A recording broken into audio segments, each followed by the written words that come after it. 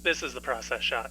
I'm Michael, I can't rap, and I've seen In the Heights, a film adaptation of the Broadway musical by the same name. Directed by Jon M. The story follows a group of Hispanic residents of Washington Heights, each with their own personal journey and motivations. The primary narrative focuses on Usnavi, a bodega owner who is looking to return to the Dominican Republic and the land of his childhood. The opportunity arises, and the film plays out around his preparations to make a one-way trip back to the place he calls home. The central themes of the film and the characters all seem to focus upon ideas of home and community, really. It's a nice little thread that keeps everything connected, despite the relatively complex web of stories and character relationships. The lyrics of the various musical numbers also help tie the story and its characters together, with the overall result being a relatively rare example of a musical that uses its songs to push the story or characters forward. That is, it doesn't stop the story for a song and then pick back up right where it had been before. Outside of maybe one or two numbers, the songs are an integral piece of the larger structure, and I feel like cutting back would have taken away from the overall story. This does, however, have the side effect that the film as a whole becomes overlong, stretching close to 2.5 hours in length when it probably could have been cut back a bit. Beyond the music, however, things are a little bit less spectacular. While there are clear character arcs for the cast, and while their relationships are developed over time, they tend to come with varying shades of cliche and predictability.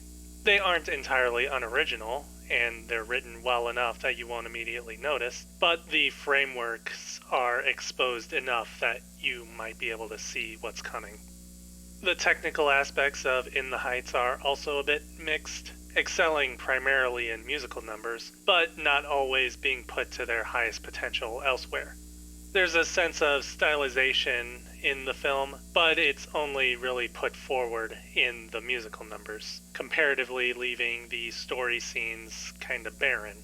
This is especially apparent with the amount of special effects that are used during songs, but even more so with the use of color, which comes through with a hefty amount of saturation and variance during songs, but remains rather muted everywhere else.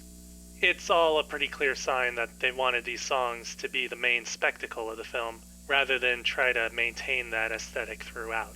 And the movie is able to achieve that spectacle 10 times over.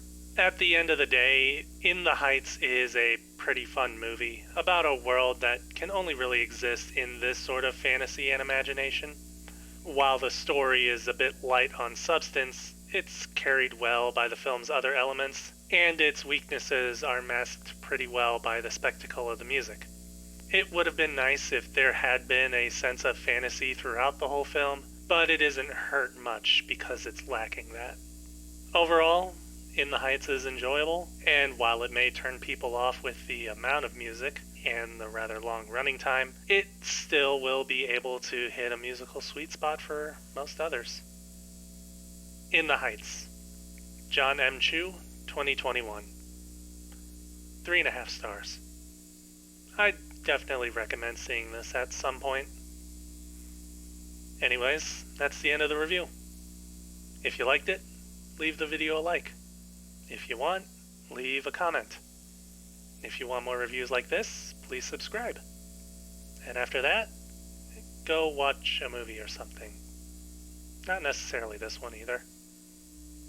Or you could watch some other reviews? Nah.